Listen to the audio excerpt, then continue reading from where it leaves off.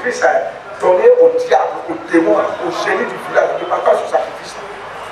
Je dis, quel sacrifice as-tu fait? Ouvrier. Tu es un ouvrier du Seigneur. Quel sacrifice as-tu fait? Jésus a fait le sacrifice suprême.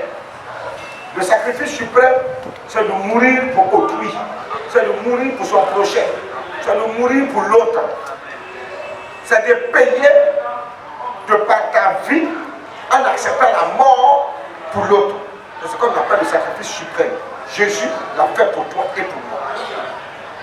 Et il t'appelait afin que tu deviennes disciple, ouvrier, ouvrière. Quel est le sacrifice que toi, en retour, tu fais pour notre Seigneur Jésus-Christ? Le véritable. Quel est le sacrifice que tu fais? En tant qu'ouvrier du Seigneur, ouvrière du Seigneur, quel est le sacrifice? C'est de ça que nous allons parler ce matin. Donc, attache bien ta ceinture. On a près de 45 à 1 heure de temps pour que je puisse parler et que toi tu puisses écouter. C'est pour que tu aies la vie. C'est pour que ta vie soit en règle vis-à-vis de Dieu. C'est pour que l'Esprit de Dieu qui est en toi puisse te convaincre que tu es véritablement enfant de Dieu. Amen. Par ton obéissance, par ta crainte de l'Éternel, par ta crainte de Dieu. Ici, crainte, ce n'est pas la peur, mais crainte, c'est le respect. Le respect que tu as pour Dieu. En marchant selon la sainte doctrine. Parce que, je précise sainte doctrine parce qu'il y a des doctrines pernicieuses. Il y a des doctrines de mensonges. La doctrine, c'est l'enseignement. Il y a plusieurs types de doctrines. Mais seule la doctrine de Jésus-Christ est la vraie doctrine. La doctrine de l'enseignement théologique. La théologie, c'est faire un discours sur Dieu. Donc quand on emploie le terme théologie, que cela ne t'effraie pas. Mais il y a plusieurs types de discours sur Dieu. Il y a des faux discours sur Dieu. Il y a des faux discours sur l'enseignement de notre Seigneur Jésus-Christ. Il faut que la sainte doctrine soit enseignée afin de détruire, de combattre, de dévoiler, de démasquer, d'anéantir, de chasser, de renvoyer et de disqualifier la fausse doctrine, les faux enseignements et les faux messages. Un faux chrétien devient un vrai chrétien lorsque la sainte doctrine lui enseigne. Lorsqu'on enseigne la sainte doctrine. Parce que la sainte doctrine vient le sanctifier, le justifier, le purifier. Quand tu consommes ce qui est sain, ton corps est sain. Quand tu consommes ce qui est pollué, ce qui est empoisonné, ton corps sera empoisonné. Donc si tu écoutes ce qui est sain, ta vie sera une vie sanctifiée. Parce que la parole impacte la vie de celui qui écoute. La parole influence. La parole crée, recrée et crée une nouvelle mentalité de celui qui l'écoute. Voilà pourquoi la conversion, c'est un changement de mentalité. La conversion est un changement de mentalité. On ne change pas de nature. La nature est ce qu'elle est. Le caractère est ce qu'il est. Et chaque caractère a son côté positif et a son côté négatif. Mais la sainte doctrine vient chasser de notre mot, vient chasser de nous le mauvais côté de notre caractère et conserver en nous les qualités de ta nature et de ton caractère. La Bible dit en Matthieu chapitre 9, verset 36 à 39, ce n'est pas encore d'abord un texte de base, on va introduire le message de ce matin par ce texte. Matthieu chapitre 9, du verset 36 au verset 39. Prends la Bible, ouvre, on va lire ensemble. Matthieu chapitre 9, verset 36 à 39. La Bible dit ceci. Jésus dit ceci. Voyant la foule, il fut ému de compassion pour elle, parce qu'elle était languissante et abattue, comme des brebis qui n'ont point de berger. Alors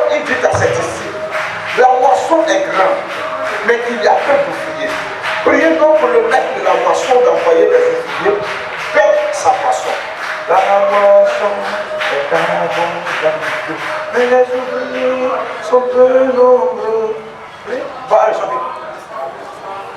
Bon, là-bas, voilà, que les sons chantent. La moisson est abondante, mais les ouvriers sont peu nombreux. Priez le maître de la moisson. Tout le monde, voilà, moi je ne suis pas un chanteur. Moi je chante. Qui connaît ce chant? Attends, il n'y a personne si tu connais ce chant là. Beaucoup.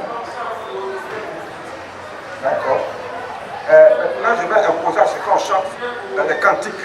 Les cantiques, là, ça se vend ça doit finir 500 maintenant. Et puis, je vais apprendre à chanter dans les cantiques. Moi, j'étais un ancien choriste. Voilà, j'ai fait la chorale. Moi, je n'ai pas fait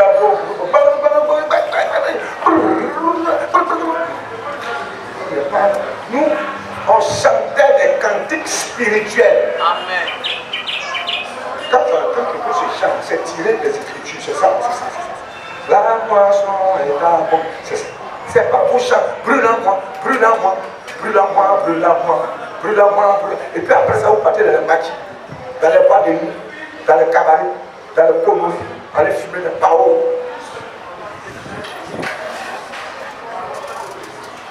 Allez prendre 4 heures. Calao. Après, on va dire brûle-en-moi, brûle-en-moi. Là-bas, elle a mis, elle est sexy. On a commencé le moron. On dit brûle-en-moi. Pour nous, la carte qui chante, tu ne peux pas aller au maquis, tu ne peux pas aller dans le bois de nuit, tu ne peux pas aller dans le bar, parce que c'est la parole de Dieu qui chante. Donc ça impacte ta vie, ça change ta mentalité, ça t'amène à la conversion. Il faut dire Amen. Il a dit Jésus a vu une grande foule qui le suivait. Et il fut ému de compassion. Mais cette foule-là, c'est le peuple d'Israël, c'est le peuple de Dieu. C'est une partie du peuple qui le suivait pour écouter les mystères du royaume de Dieu. Parce que Jésus-Christ avait les paroles de la vie éternelle. Il faut répéter après moi, vie éternelle. Vie éternelle. Ah.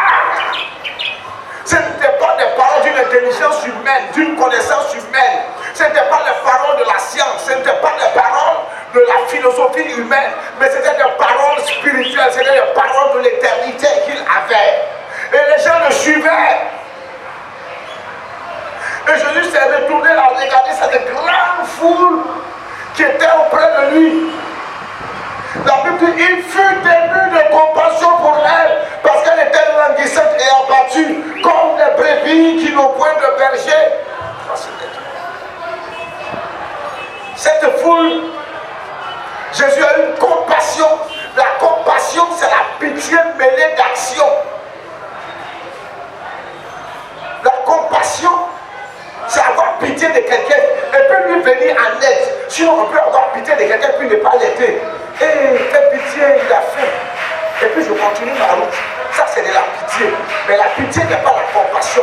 La compassion, c'est d'abord avoir pitié de la personne et puis ensuite poser un acte qui va restaurer cette personne-là par rapport à son besoin.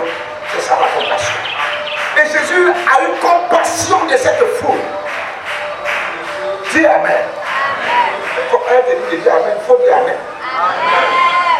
Jésus a eu compassion de cette foule. Et il a dit, parce que cette foule-là, elle était languissante et abattue. C'était des gens qui avaient soif, faim, malheureux, tristes. Non, ils n'avaient pas faim de nourriture, de pain et d'eau, non.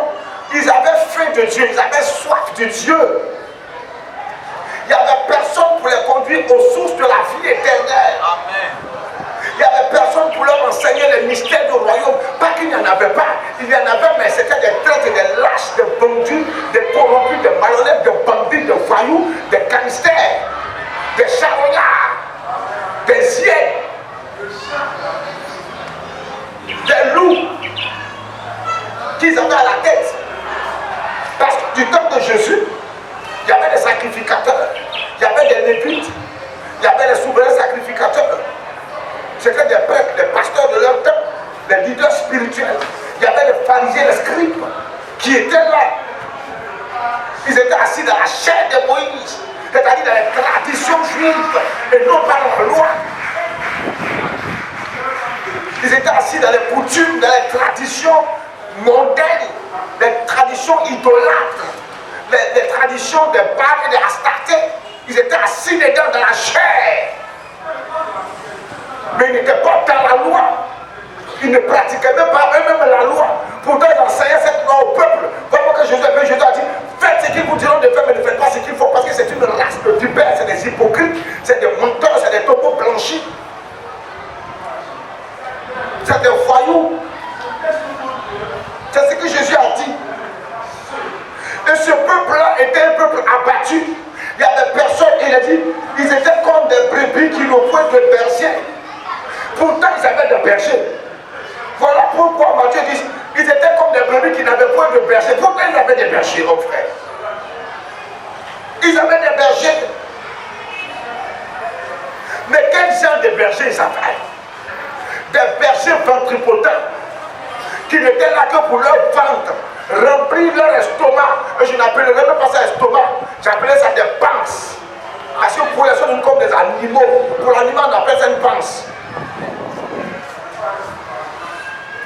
Pourtant, ils avaient des leaders spirituels, ils avaient des chefs religieux, des gens pour qui ils avaient de l'estime, de la considération, mais qui malheureusement étaient en réalité des hypocrites.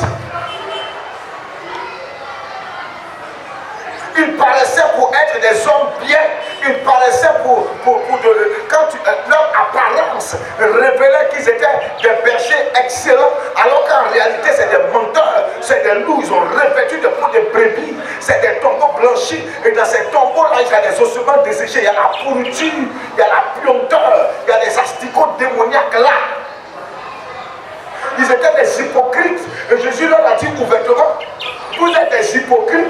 Et il allait plus loin, il dit vous êtes des menteurs, et votre père c'est le diable, et vous entraînez ce peuple avec vous vers la mort, à la mort. Jésus leur a dit ça, homme frère. Mais pourquoi, mon Dieu, les gens ne veulent pas comprendre les mystères du royaume? Le peuple était abattu et languissant. Le peuple avait faim et soif de Dieu. Le peuple cherchait Dieu, mais il n'y avait personne pour les conduire vers Dieu, vers le Seigneur, vers le trône de la grâce, vers la rédemption, vers le salut de l'âme. Il n'y avait personne. Pourtant, Dieu avait établi des gens qu'on appelait des sacrificateurs, des souverains sacrificateurs. Il y avait même le Sanhédrin, l'Assemblée nationale juive, composée de rabbins. Il y avait toutes sortes de chefs religieux là. Mais le peuple était languissant, dit les Écritures. Et ils étaient c'était un peuple abattu, comme un peuple qui n'avait pas de berger. Un frère, il a dit au verset 37, alors il dit à ses disciples, la moisson est grande, mais il y a peu d'ouvriers. Vous entendez ça? La moisson est grande, mais il y a peu d'ouvriers. Vous voyez en réalité beaucoup d'ouvriers, mais en réalité, ce n'est pas tous des ouvriers. D'autres sont là, c'est des profiteurs. D'autres sont là, c'est des escrocs, c'est des ingrats. D'autres sont là, c'est des voyous, des profiteurs. Ils viennent pour profiter du peuple. Ils viennent pour manger la graisse des brebis grasses du peuple. Ils sont là pour ça, pour leur ventre. Ils sont là pour leur intérêt égoïste et pas pour l'intérêt du peuple de Dieu. La Bible dit que l'amour ne cherche pas ses propres intérêts, mais l'intérêt des intérêts d'autrui, l'intérêt de son prochain. Jésus s'est retourné dit à ses disciples, la moisson est grande. La moisson est mûre, c'est fini, on doit maintenant moissonner, récolter. Mais il n'y a pas assez d'ouvriers, parce que tout ce qu'on voit vous dire que c'est des ouvriers, c'est des voyous en général, c'est des bandits. Ce n'est pas des ouvriers. Ils ont l'apparence des ouvriers. Ils ont porté des toges d'ouvriers. Ils portent des bonnets d'ouvriers. Ils portent des habits d'ouvriers. Mais en réalité, ce n'est pas des ouvriers. Et Jésus les connaissait. Voilà pourquoi Jésus partait la tenir tête. En disant que vous êtes des hypocrites. Vous êtes des menteurs. Vous êtes des faux. Vous n'êtes pas dans la vérité. Votre père, ce n'est pas Abraham. Si votre père est Abraham, vous allez faire ce qu'Abraham a fait. Mais vous êtes des menteurs. Et votre père, c'est le diable. Parce que le mensonge, il ment depuis le commencement. Et il ne se tient pas dans la vérité. Et c'est ce que plusieurs sont. Aujourd'hui, le peuple de Dieu est languissant. Le peuple de Dieu est abattu. Le peuple de Dieu est encore dans les ténèbres, dans l'obscurité. Le peuple de Dieu est encore assis depuis le même point de départ. Les gens ont confessé Jésus, mais ils n'ont jamais fait un pas pour marcher avec Jésus. Parce qu'on les a enfermés dans la religiosité, dans le formalisme religieux, dans les pratiques coutumières démoniaques. On les a enfermés dans les traditions humaines et on les fait croire que Dieu est dedans, Jésus est dedans. C'est faux, ce n'est pas vrai. La parole de Dieu n'est plus enseignée tel qu'il doit être enseigné. Et voilà pourquoi l'Église aujourd'hui se confond au monde. Voilà pourquoi aujourd'hui l'Église s'identifie au monde. L'Église fait ce que le monde fait. Pourtant Jésus a dit, vous êtes dans le monde, mais vous n'êtes pas du monde. Mais pourquoi n'êtes pas du monde, vous faites ce que le monde fait? C'est que le monde a influencé l'Église. Le monde a impacté l'Église, alors que c'est l'inverse qui devait se faire. C'est nous qui devons impacter le monde. C'est nous qui devons influencer le monde par la parole de Jésus, par la parole de l'Évangile, par la parole de la vérité, par la proclamation de la sainte doctrine. C'est nous. Donc aujourd'hui, tu rentres dans l'église, tu ne sais pas qui est chrétien, même à l'apparence. Tu as du mal même à faire la différence entre les chrétiens et les païens. Et alors, encore plus, une fois arriver chez eux, arrive dans leur quartier, arrive dans leur famille, arrive dans leur cour, arrive dans leur cité, arrive dans leur carrefour, arrive dans leur village, dans leur campement, arrive dans leur réunion de famille. Tu feras autre visage, le visage de la mondialité. Arrive sur la lieu de service. Tu ne feras pas des enfants de Dieu. Tu vas te demander, est-ce que c'est la même personne que tu vois, que tu rencontres chaque dimanche à la maison de Dieu, ou bien c'est une autre personne, mais c'est son jumeau. C'est pas son jumeau, c'est la même personne. C'est des hypocrites.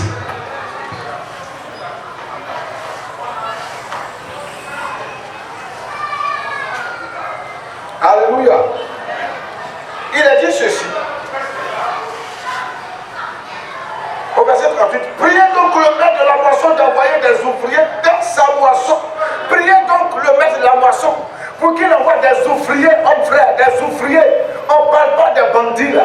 Des ouvriers, des vrais serviteurs, des vrais servants du Seigneur, des vrais disciples de Jésus.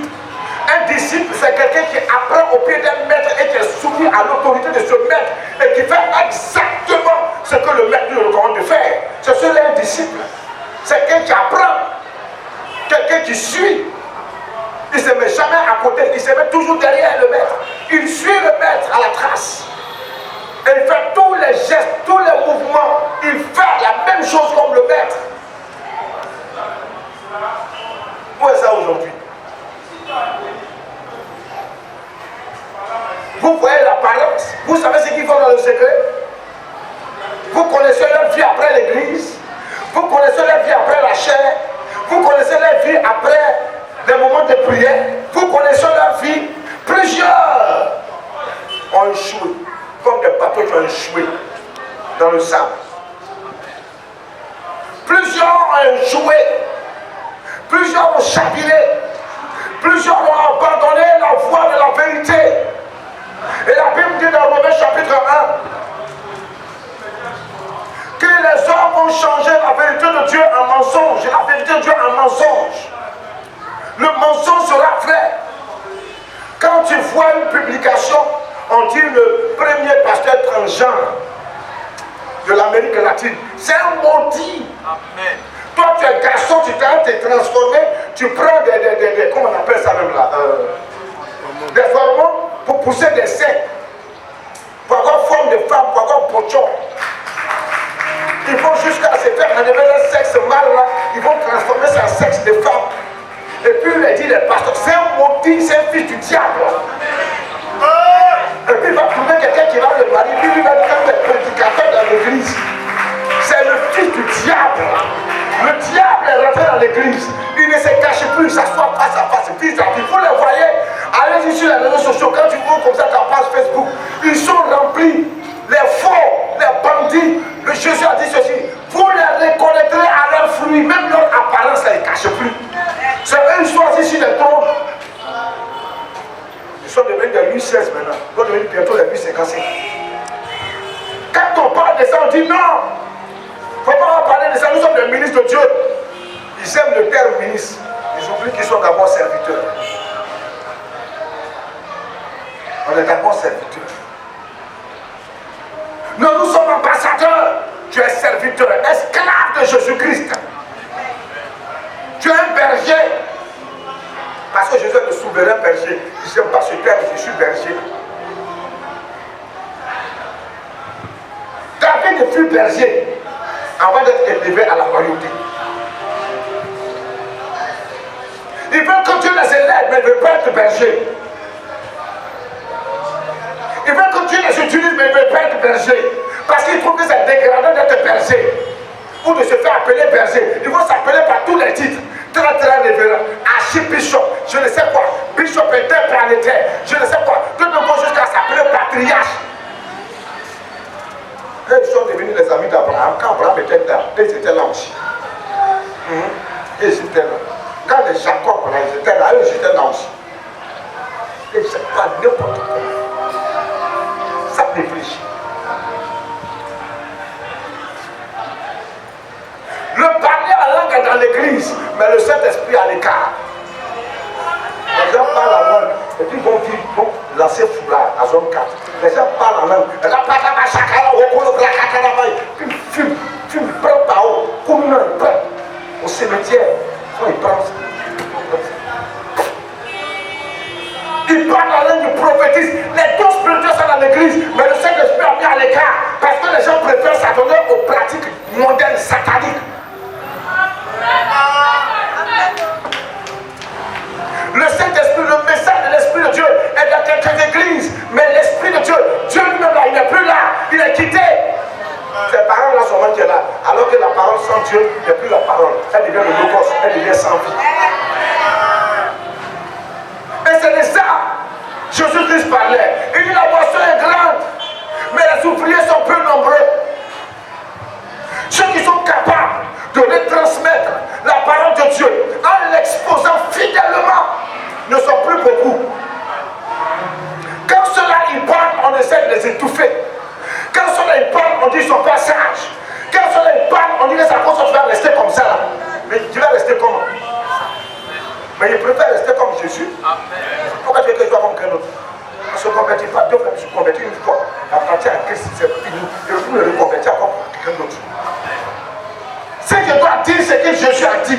Parce que prêcher la parole de Dieu, c'est exposer la parole. Nous, on vient exposer. Voilà ce que Dieu dit. Toi, il faut prendre. Toi aussi, tu es mort, il faut le laisser. Mais j'ai dit, un jour tu vas mourir. Ce n'est pas une prophétie, c'est écrit.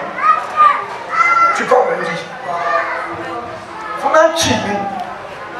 Et puis dans ça, on va sous ton. Et tu vas mourir pour t'enterrer. Ouais. Et puis ton âme ira rendre compte devant Dieu. Vous vivez ici comme vous êtes des immortels.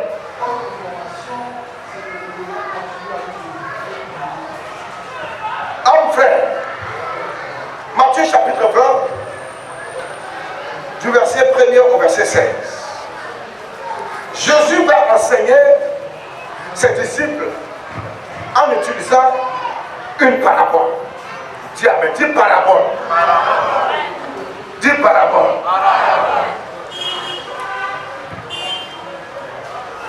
La parabole, c'est une image créée la Bible pour les gens, pour enseigner les gens. Dans une parabole, la vérité centrale, la vérité principale se trouve soit au début de la parabole, soit à la fin de la parabole. Il faut dire Amen. Je vais lire la parole de Dieu et puis ensuite on va revenir là-dessus. Donc, donnez-moi au moins 3 minutes pour les lire. Il faut lire la parole de Dieu. La parole de Dieu est sacrée. Mise à part. Ça n'a rien à voir avec les autres paroles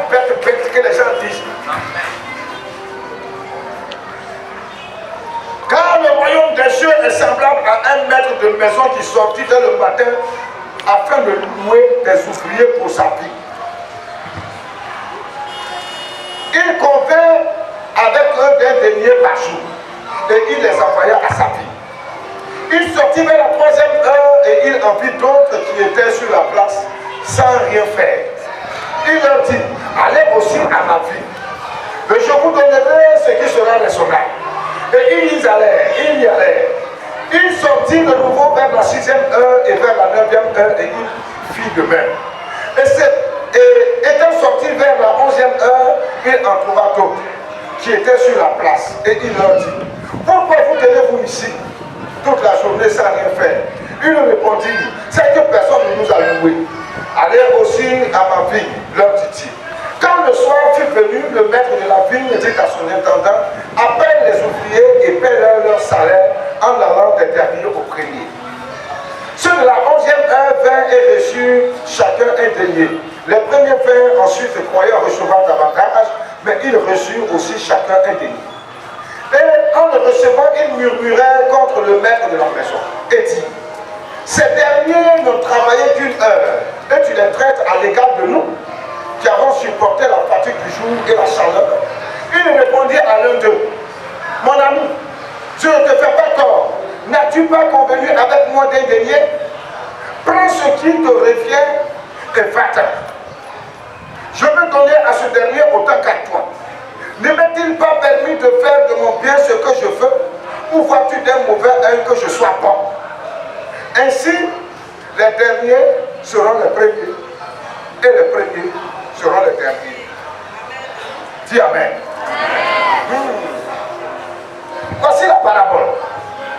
Jésus dit dans cette parabole-là qu'il y avait un maître de maison, un maître du moins de maison, s'il vous plaît, un chef de famille.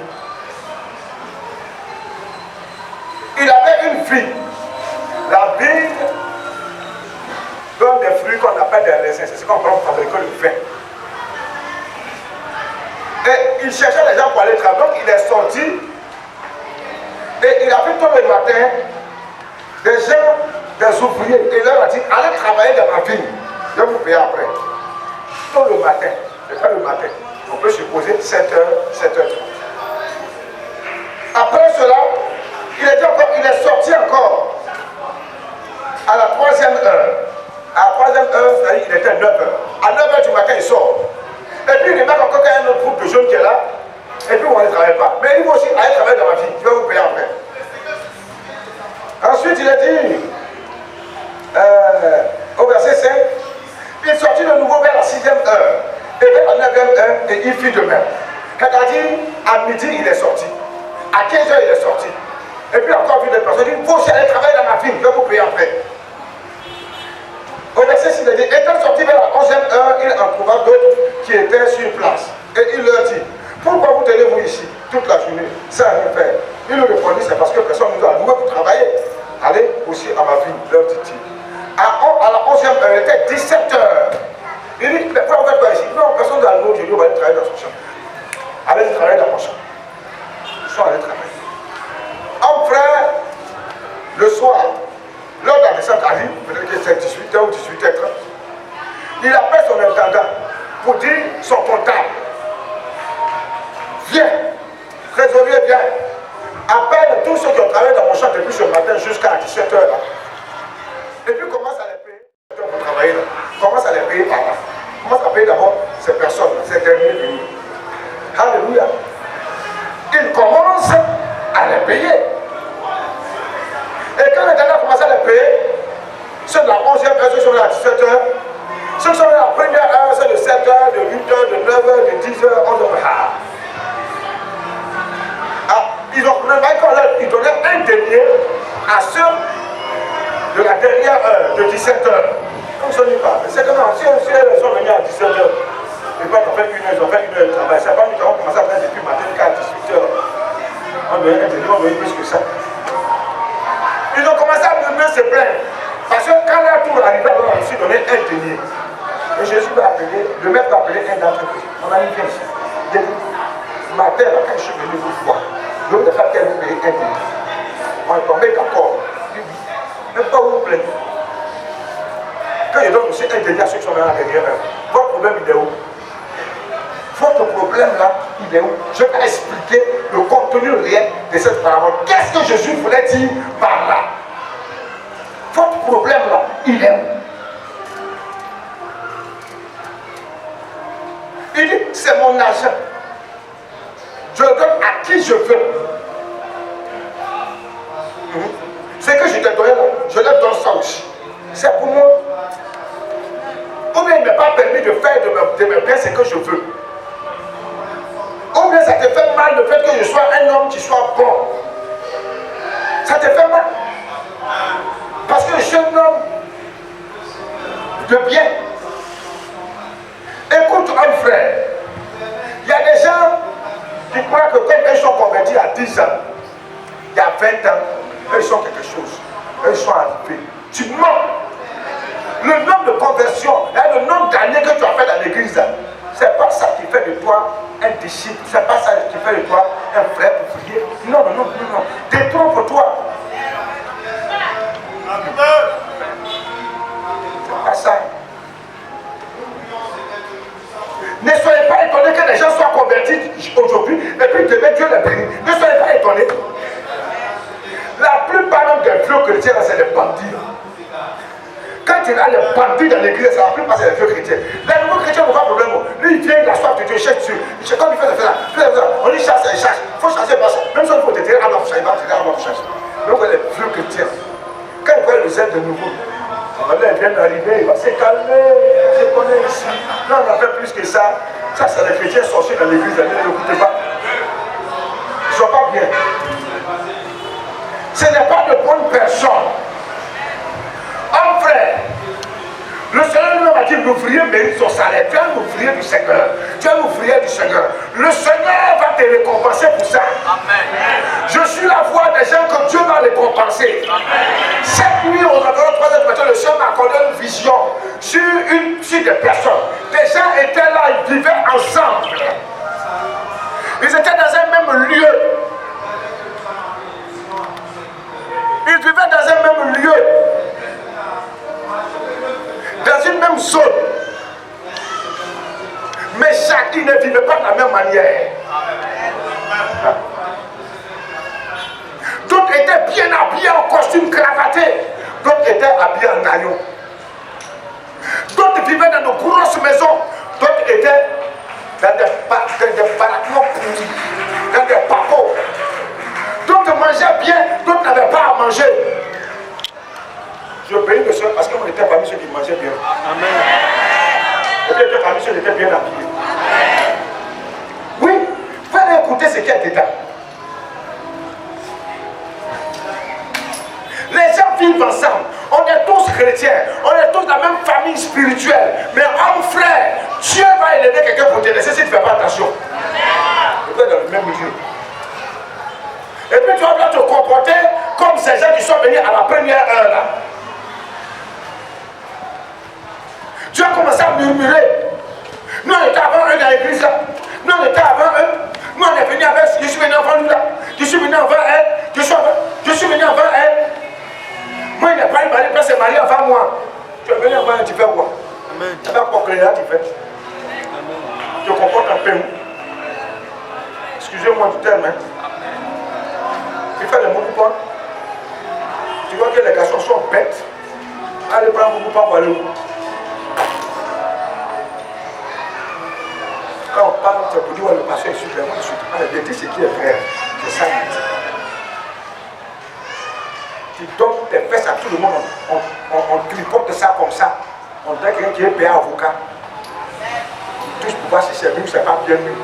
Et puis qui va venir tuer, c'est que tout le monde a touché. Tout le monde est là. Où est quand il est là? Hein? Vous ne savez pas que dans la nature de garçon est jaloux. Vous ne savez pas qu'un garçon est jaloux. Garçon, il connaît femme comme mari, et puis il connaît femme comme mari pas. Il se joue les bêtes. On dit, oh, mon gourmet est dans lui, mon gourmet est dans lui. Ton gourmet n'est pas dans lui, hein. C'est toi qui te fatigue. tu ne sais pas. Ton gourmet n'est pas dans lui. Hein. Les femmes, la flèche est paquet comme ça. Elles être remplies sur la terre. Elles être beaucoup comme ça. Et puis les filles de maintenant, elles sont toutes belles. On dirait qu'elles sont nées dans l'eau. Quelqu'un d'autre sont nées dans la pharmacie. Mais aujourd'hui, le garçon, il s'en fout de tu es jolie, tu es belle, il s'en fout de ça. Lui, il cherche une seule chose. La femme soumise. Fidèle. Patente. Voilà. Ils ne cherchent pas une femme de maquis. Hein. Même pas. Même si le père, ils vont au maquis. Ils vont faire le show de la boîte de nuit. Mais quand il va aller marier une femme de boîte de nuit, quand il va une femme qui est à la maison, tu le respectes. Ouais. Il joue à les plaisanter, les petites filles bandites. Pas que soit prêt. Moi ici, tu es bête. Tu as détruit ta vie, tu vas mettre ta vie en état. Toi, tu es yéré, tu n'es pas yéré, tu es bête. On doit te dire ça. Tu as un comportement animalier. Et puis tu vas te marier. Il faut lui saler. Même si tu étais marié, ça c'est gâté. Les gens sont dans l'église. Ils ne veulent pas se consacrer au Seigneur. Ils ne veulent pas faire des sacrifices pour le Seigneur. Ils ne veulent pas se battre pour le Seigneur. Ils ne veulent pas se donner à fond pour le Seigneur. Ils veulent en retour que Dieu les récompense. Tu mens. Tu as poussé la racine de l'église. Sinon, il faut jeûner 50 jours, 200 jours. Il faut jeûner plus que Jésus. Il faut jeûner plus que Moïse. Il faut jeûner plus que tout le monde. Tu n'auras rien. Amen. Dieu ne s'est pas plaisanté. Quand on allait écouter vos bandits, vos plaisantins qui se promènent, qui courent les rues d'Abidjan, au Congo, au Gabon, du Brésil, de France, aux États-Unis, ils sont partout. Vos serviteurs, vos pasteurs virtuels sur les réseaux sociaux, vous ne répondez ni d'Atan, ni d'Ève là. Quand on allait suivre, je prophétise sur ta vie que tu seras comme si. C'est des prophéties de démons, des prophéties mensongères. J'ai vu que tu reçois la télévision maintenant dans tes gonades. Demain, tu laisses là un gonade, là, tu viens en clair, citerne. Tu vas rentrer à la CIC pour prendre un carburant pour aller au Burkina Faso de Mali. Les gens croient que c'est la religion. On force aux prophéties, de production, partout. La seule parole qui ne ment pas, la seule prophétie qui ne ment pas, c'est la parole de l'évangile. Amen. Ça ne ment jamais. Même pas. Si tu prêches ça, tu ne vas jamais te tromper. Amen. Il faut dire la vérité aux gens. Il faut leur prêcher la parole. La parole du salut éternel. Les gens ne veulent plus se sacrifier. Quel sacrifice as-tu fait, toi, en tant que fouillé pour le Seigneur? Jésus a donné sa vie pour toi. Qu'est-ce que toi tu as fait pour lui? Qu'est-ce que toi tu as fait pour Jésus? Ou qu'est-ce que tu fais pour Jésus? Quels sont les sacrifices que tu fais? Quand Jésus dit ne va plus donner ton carte, il laisse à des petits pieds à Tipa, là-bas, pour nous. Ça ne laisse pas trace. On ne te voit pas aller, mais on te voit sortir de là-bas. On ne sait même pas comment tu as fait pour aller là-bas. Tu es génie ou bien? Et puis tu as envie d'asseoir avec le pasteur, il faut prier pour Dieu, mais Dieu ne va pas te bénir. Si Moïse vient de Dieu pour bénir, Abraham vient de bénir, et Enoch même là, il n'a qu'à revenir. J'ai dit, tous les patriarches, ils n'ont qu'à revenir. Ils n'ont qu'à pouvoir monter sur la plus haute montagne du monde. Et pouvoir te poser, mais il n'aura rien.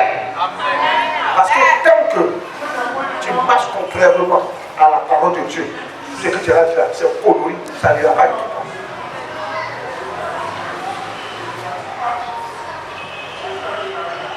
Après 21 jours, les gens en affaire, il y a des gens qui vont se lever et pas le côté de leur comportement sadique, leur comportement mondain. Ils ne vont pas laisser ça. Pourquoi c'est grave? Les gens eux-mêmes, ils sont venus par là me faire.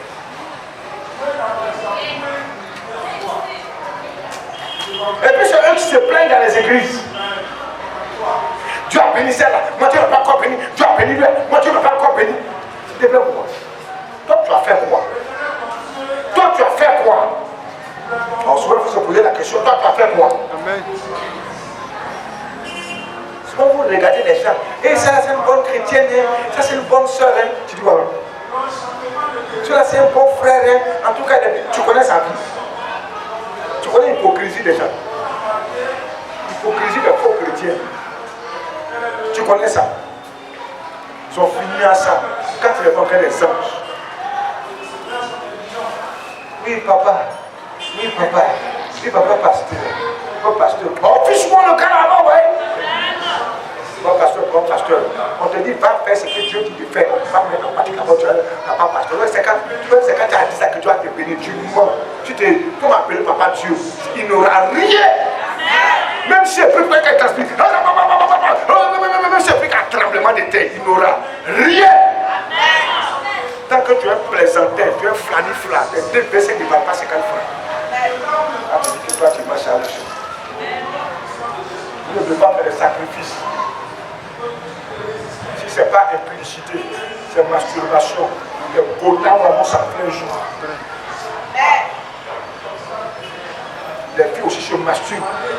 Les sorcières se mettent devant la classe, devant le miroir. Elles se masturbent. C'est diabolique.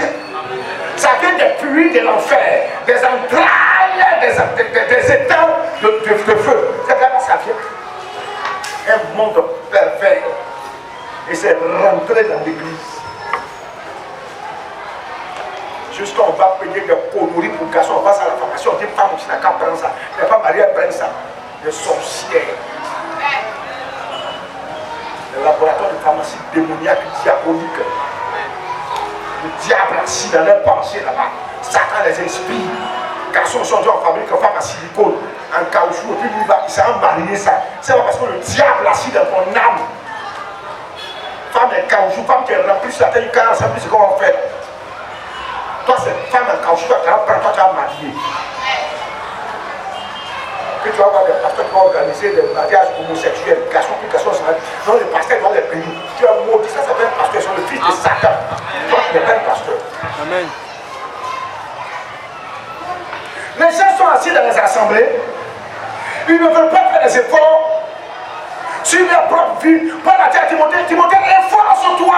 Vous ne voulez pas faire des efforts sur votre propre vie, tes propres envies. L'homme est esclave de ce qui a triomphé de lui. L'homme est esclave de ce qui a dominé sur sa vie.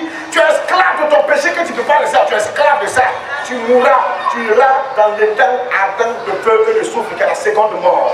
Une séparation définitive avec le retrouver dans le feu éternel. C'est ce que la Bible dit. Vous croyez que l'évangile là c'est la plaisanterie. Vous croyez que la parole de Dieu c'est amusement. Vous croyez que c'est une vie de formalisme religieux.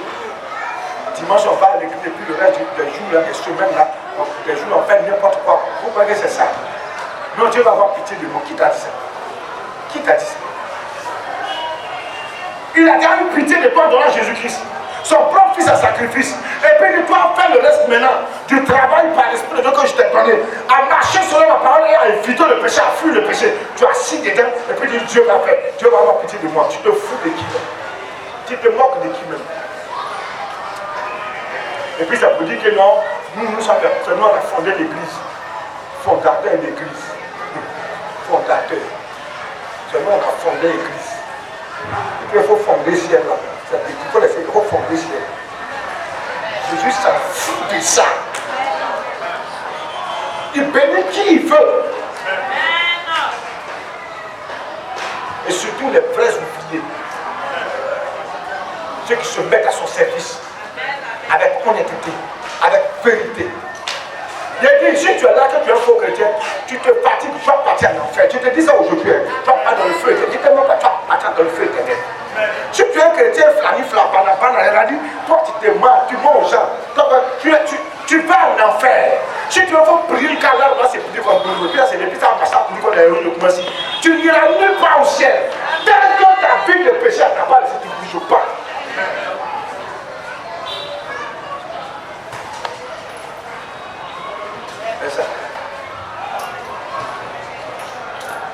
Je suis là, voir Dieu en train de vouloir vous bénir. Parce que dans la révélation, ceux qui étaient bénis là, vous étiez avec eux. On était tous ensemble là. D'autres étaient dans la bénédiction. D'autres vivaient dans de belles maisons. D'autres même ont déménagé. J'ai vu, ils déménageaient comme ça. Et puis on va dire non, toi il faut quitter ici pour aller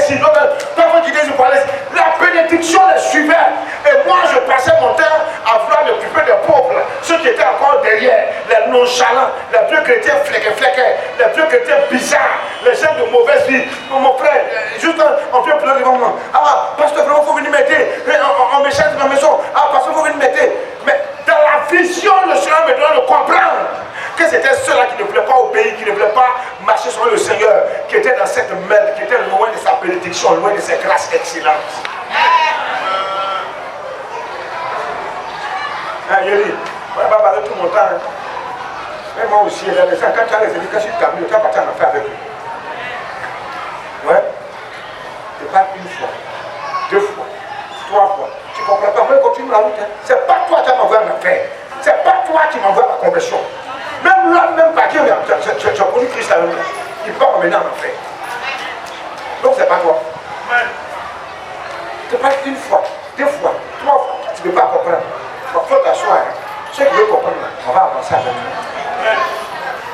On va avancer avec nous. Les chrétiens qui grossissent par la tête à un petit corps. Il a une grosse tête. Lui connaît tout. Quand on veut pas, non, on connaît ça. Quand on veut pas, non, on maîtrise ça. Non, non, on connaît prier ça. On prie ça, non, on maîtrise ça. Ça, non, enfin, le pasteur, c'est les chrétiens grosse tête. Petit corps. Son corps même si compris sa tête, il est couché là, il est mort. Cette tête là seulement qui est là, tu vois les yeux à clignoter comme ça. Bouche là parle. Mais elle est couchée, elle ne peut pas bouger. Voilà la tête, on dirait vache. Corps, on dirait brebis de palais en bas. Il connaît son trou. Quand le patient commence à presser, on sait qu'il va terminer ici. Là, c'est qu'il va dire. Continue. Et toi, tu vas s'asseoir que non, le pasteur là ici, elle, le pasteur a cassé ici, son vocabulaire, c'était pas ça. Continue. Continue de causer, moi, mes fautes. C'est ça qui a camélo, continue. Quand le pasteur, quand un frère après les exhorter, on dit, oh, quand tu es converti, toi, tu as dit quoi? Tout le monde ne connaît pas. Continue, peut-être à côté de pour aussi. C'est pas comme bâche, ça devait s'amener comme les systèmes de la cible. Puis Satan lui prend un journal, mettre dedans. Puis ça peut comme POUM! Et comment on dit? Il est mort. Ressaisissez-vous! On ne gêne pas pour retomber encore dans les mêmes travers. On gêne pour avancer. On gêne pour que Dieu nous élève. On gêne pour que Dieu nous rende grand. On gêne pour que nous rentre dans l'histoire. On gêne pour le salut de notre âme, pour le salut des autres. On gêne pour mener une vie qui plaît au Seigneur. On gêne pour le Rédempteur, le Roi des rois, le Seigneur des seigneurs. On gêne pour que nous soyons des dignes enfants de Dieu, des vrais disciples de Jésus-Christ. On gêne pour que notre vie soit une vie régénérée, transformée. On ne gêne pas pour demeurer toujours dans les mêmes conneries. Comme frère, nous sommes à la conclusion. Une conclusion longue. Amen. Pour cela, on va dire 2 Corinthiens chapitre 8, verset 1 à 6. Donc frère, c'est un culte spécial. Sauf que nous, on dure aussi. Il y a des chrétiens qui commencent à tuer comme ça, on tue tout le reste. Tu vas où même? 2 Corinthiens chapitre 8, verset 1 à 6. Nous vous faisons connaître, frères, la grâce de Dieu qui s'est manifestée dans les églises de la Macédoine. À travers la grande épreuve de leur affliction, leur joie débordante et leur pauvreté profonde, ont produit avec abondance de riche libéralité de leur part. Ils ont, je l'atteste, donné volontairement selon leurs moyens et même au-delà de leurs moyens. Nous demandons avec de grandes instances la grâce de prendre part à l'assistance destinée aux saints. Et non seulement ils ont contribué comme nous l'espérions, mais ils se sont d'abord donnés eux-mêmes au Seigneur, puis à nous par la volonté de Dieu. Homme frère, écoutez ce que Paul est dit ici, aux Corinthiens. Il dit, les chrétiens de la Macédoine, ils sont d'abord donnés eux-mêmes au Seigneur, puis à eux les apôtres, pour faire la volonté de Dieu. Les chrétiens de la Macédoine étaient des chrétiens très pauvres. Ils n'avaient rien. Mais ils ont demandé avec insistance aux apôtres là, en leur disant qu'ils veulent prendre part à l'assistance destinée aux saints. Ils veulent participer financièrement pour aider les saints dans l'œuvre de l'évangile. Ils veulent contribuer, ils veulent participer. Et il a dit ceci, écoutez bien. Il a dit, au verset 5, et non seulement ils ont contribué comme nous l'espérions, mais ils sont d'abord donnés eux-mêmes au Seigneur, puis à nous par la volonté de Dieu. Il est dit, au verset 3, ils ont, je l'atteste, donné volontairement, selon leurs moyens. Et même au-delà de leurs moyens, ils ont donné. Quand il est chrétien de la Macédoine, ils ont participé, ils ont contribué financièrement, matériellement à soutenir l'œuvre de l'évangélisation, l'œuvre missionnaire, l'œuvre apostolique. Selon leurs moyens, et même au-delà de leurs moyens, ils l'ont fait. Ça, c'est le sacrifice. Là, des gens pauvres, ils n'ont rien.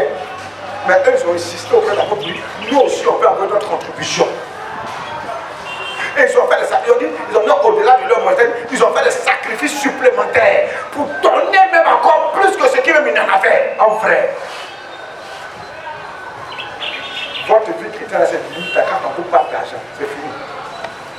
Là, tu vas te servir. Mais l'autre, tu vas donner aujourd'hui, à ce jour, il a la prémisse. Nos prêts avaient le garder à la maison.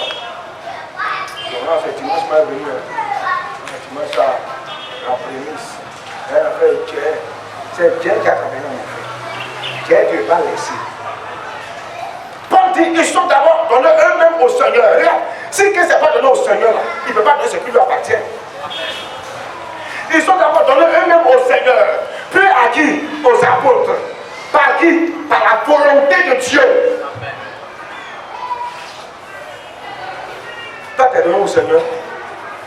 Ton Seigneur va te demander, il faut envoyer prémisse. Même pas envoyer prémisse. Nous, on se met à mettre 500 000 francs. Ça, c'est mes prémices de l'année qui sont là. Je ne vais pas y parler. On sait comment ça va se passer à Badon, mais on ne va pas prémice. Mais il ne faut pas envoyer. Il ne faut pas envoyer. C'est pour moi de moi. Le Seigneur dit, amenez à la maison de l'Éternel tous les prémices. Il peut donner ça au sacrificateur. Et puis il va détruire ça. Et puis c'est tout. Et comme ce n'est pas le seul sacrificateur, voilà, il y a beaucoup d'assistants. Je vais leur donner ça aussi. Je dis ça. Premier temps, ce n'est pas pour faire la caisse de l'église. Il ne faut pas arrêter ça. Il ne faut pas te plaquer. Non, on prend ça, on paye ça. Tu mens.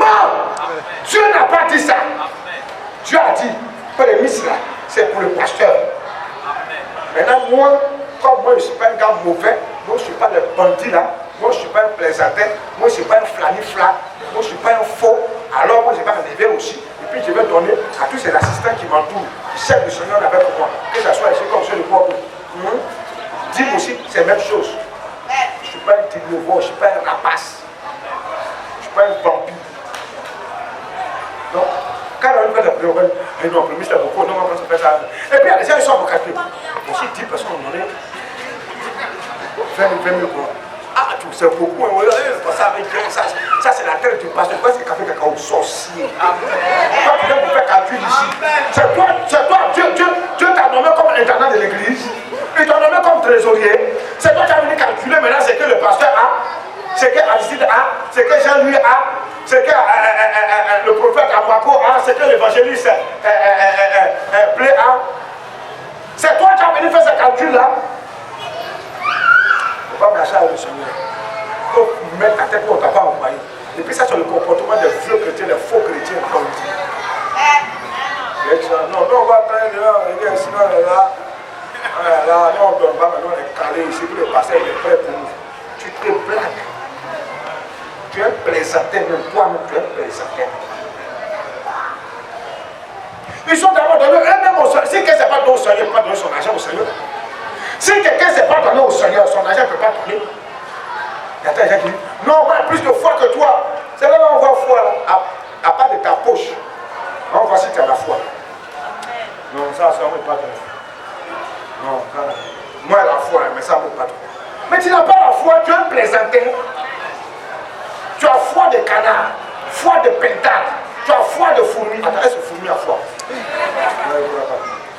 Tu as foi de moineau. C'est que tu as su que tu n'as pas la foi. Donc, comme les gens devaient donner 10, ça dit c'est 20 000 francs, il vient donner 5 000. Tu dis que tu n'as pas donné 10. Amen. Je ne sais pas ce que tu as. Ce qu'on n'appelle pas ça 10, on n'appelle pas ça offrande. Tu n'as rien fait. Alors, faut dire Amen. Amen. Quand vous dites des trucs comme ça, vous n'êtes pas pour ne pas faire chose. La porte de police, nous, le pasteur aussi, ça, il parle de pasteur de sable, le pasteur de sable, il s'en fout. Quand le cas, c'est sapé. À cause de votre conseil, il dit votre cravate. Vos comportements bidons. Vous, on vous parle de Jésus, vous regardez l'habillement des gens. Allez regarder l'habillement des Makoso, des César, allez regarder l'habillement de tous les parapons, les beaux pauvres peut-être, qui s'appliquent avec le mouchoir, ils vont mettre le mouchoir sur les têtes là, se promener.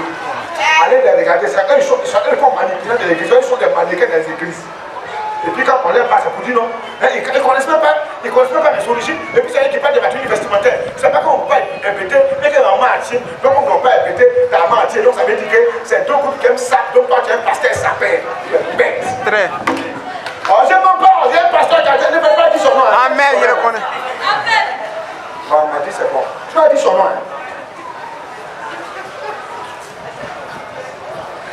Tu prends ethnie des gens, tu veux coller sur tes bêtises. Laisse ethnie des gens à côté. Si tu veux faire tes conneries, il faut faire. Il ne faut pas dire attirer, péter. Laisse-les tranquille. Pas de toi, ça c'est ta propre vie. Ta sale vie, il faut parler de ça. Voilà. Parce que moi, je prends beaucoup de pasteurs attirés, je prends beaucoup de pasteurs pétés, qui sont humbles, qui sont simples, qui craignent Dieu, qui aiment le Seigneur. Si toi tu es un faux, il ne faut pas prendre les trucs mettre dans sorcier. Si vous prenez un 10 sur un plus. Par rapport comme ça, il ne faut pas en parler. On parle forcé. Bon, dis Amen quand même. Amen. Voilà. Donc les Macédoniens. Deuxièmement, Matthieu 19, verset 27 à 30. Matthieu 19, verset 27 à 30. Il faut te patienter, tu es pressé par nous. Le Seigneur connaît les pensées de ton cœur, il ne faut pas te presser de partir. Voilà, il ne faut pas dire le pasteur est insulté, moi je suis de personne. Si elle c'est une personne, il faut dire Amen. Tout le monde ne peut pas dire Amen. Dites Amen. Matthieu chapitre 19, verset 27 à 30. Matthieu chapitre 19, verset 27 à 30. C'est ce qu'il a dit? Matthieu 19.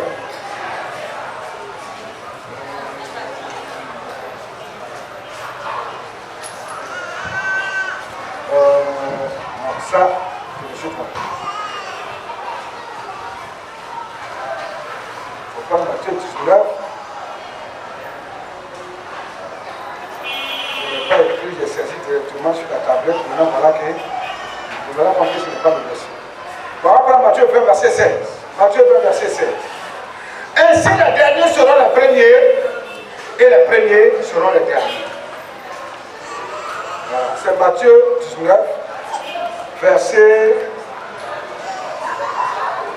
Il y a dit 27, non, on s'en va du verset 29. Quiconque aura quitté à cause de mon nom ses frères, ou ses soeurs, ou son père, ou sa mère, ou sa femme, ou ses enfants, ou ses terres, ou ses maisons, recevra le centuple et héritera la vie éternelle. Dis Amen. Plusieurs des premiers seront les derniers, et plusieurs des derniers seront les premiers. Quiconque, à cause de Jésus-Christ, va quitter son père ou sa mère, c'est-à-dire à cause du Seigneur Jésus, il aura perdu peut-être un parent. Ou par les persécutions, il les aura quittés. Ou à cause de Jésus-Christ, on a banni de la famille. À cause de l'évangile de la vérité, tu as perdu ton emploi, tu as perdu ta femme. Tu vas hériter le royaume des cieux. Donc c'est pour dire que Jésus dit, Jésus nous promet aussi les bénédictions de la terre. Je déclare sur ta vie ce matin que la parole du Seigneur de posséder ce que tu vas perdre te soit donné à ce jour au nom de Jésus.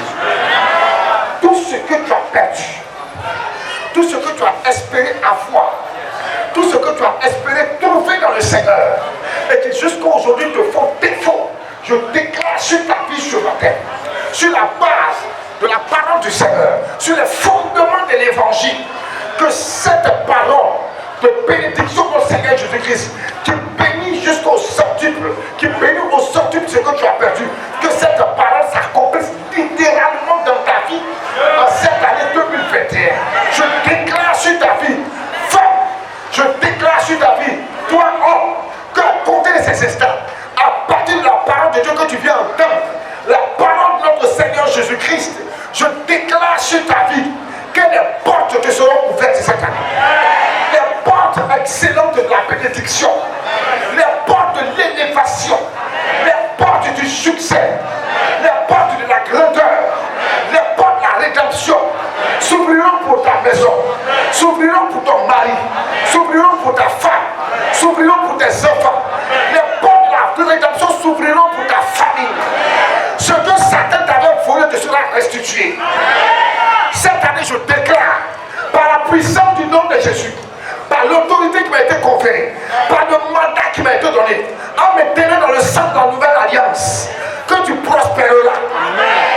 Je déclare sur ta vie, je proclame et je scelle sur ta vie, que tu vas réussir. Tu vas réussir. Tu ne connaîtras pas l'échec cette année. Tu ne connaîtras pas la disette. Tu ne connaîtras pas la famille. Je déclare sur ta vie que le Seigneur va te restaurer. Je déclare sur ta vie une restauration, la restauration d'une vie nouvelle. Écoute-moi, tes affaires vont prendre un autre tournant.